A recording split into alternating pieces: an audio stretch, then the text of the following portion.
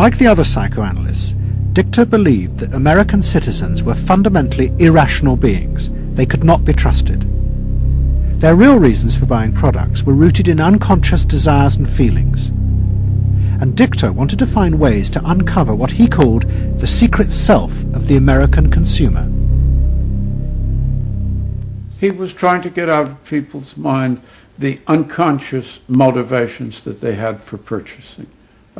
These could be sexual, they could be psychological, they could be sociological, they could be a demand for status, a demand for recognition. There were things that people couldn't verbalize or wouldn't verbalize because they were too secret to them. They were too much a part of their nature, and they would be embarrassed. They would be embarrassed if they came out and said things like this. He would interview people, but not ask them direct questions, but let them talk freely like you do in psychoanalysis. And that was his background. And so he said, why can't we have a group therapy session about products? All right? And so Dichter built this room up above his garage, and he said we can have psychoanalysis of products. They can actually act out and verbalize their wants and needs.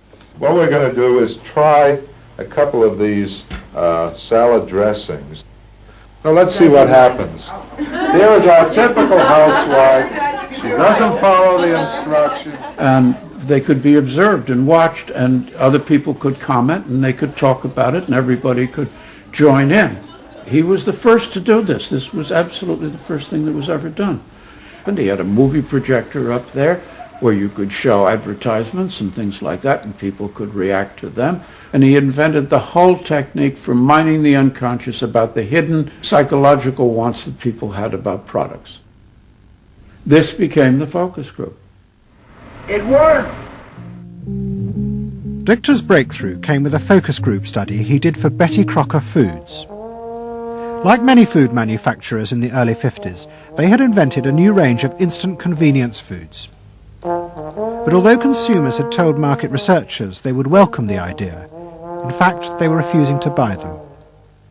The worst problem was the Betty Crocker cake mix. Dichter did a series of focus groups where housewives free associated about the cake mix. He concluded that they felt unconscious guilt at the new image being promoted of ease and convenience. In other words, he understood that the barrier to the consumption of the product was the housewife's feeling of guilt about using it. They basically, on one hand, wanted to make it easy for themselves, but they felt guilty about it. So what you've got to do in those circumstances is remove the barrier being guilt. The way you do that is to give the housewife a greater sense of participation. And how do you do that? By adding an egg. Simple as that. As simple as that. Dichter told Betty Crocker to put an instruction on the packet that the housewife should add an egg. It would be an unconscious symbol, he said, of the housewife mixing in her own eggs as a gift to her husband, and so would lessen the guilt. Betty Crocker did it, and the sales soared. My cake is ready. The consumer may have basic needs that the consumer himself or herself doesn't fully understand. You have to know what those needs are in order to fully exploit the consumer. Is it wrong to give people what they want by taking away their defenses, helping remove their defenses? It seems so much longer than last year. It is. Nearly 4 inches longer in some models. Oh. Dichter's success led to a rush by corporations and advertising agencies to employ psychoanalysts.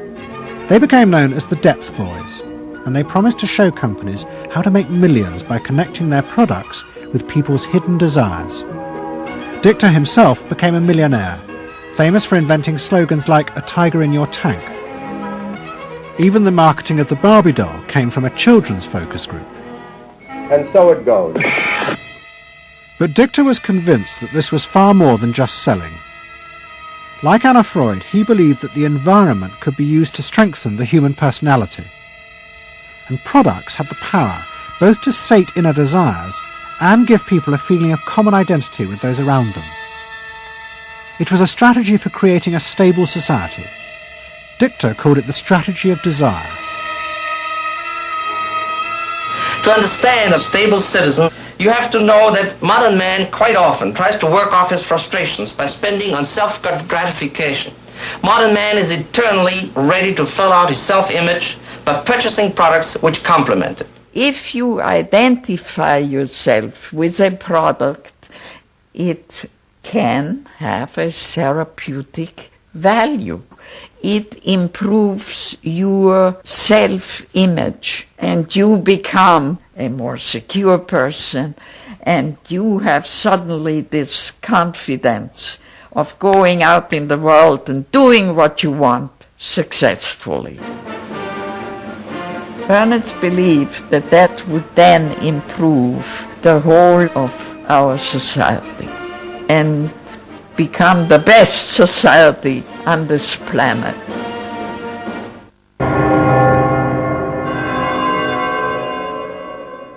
By the early 50s, the ideas of psychoanalysis had penetrated deep into American life. The psychoanalysts themselves became rich and powerful. Many had consulting rooms overlooking Central Park in New York. Politicians and famous writers like Arthur Miller and Tennessee Williams became their patients. They were seeking not just help, but to understand the hidden roots of human behavior. We were sought after. Washington was interested in what we think. You know, the important writers, important politicians were undergoing psychoanalysis. It was, we had waiting lists because there were so many patients that wanted to be analyzed. So it gave us a little bit of a swellhead. And as the psychoanalysts' ideas took hold in America, a new elite began to emerge in politics, social planning, and in business. What linked this elite was the assumption that the masses were fundamentally irrational. To make a free market democracy like America work, one had to use psychological techniques to control mass irrationality. They actually believed that this elite was necessary because individual citizens were not capable, if left alone, of being democratic citizens. The elite was necessary in order to create the conditions that would produce individuals capable of behaving as a good consumer and also behaving as a democratic citizen. They didn't see their activities as anti-democratic, as undermining the capacity of individual citizens for democracy. Quite the opposite. They understood that they were creating the conditions for democracy's survival and future.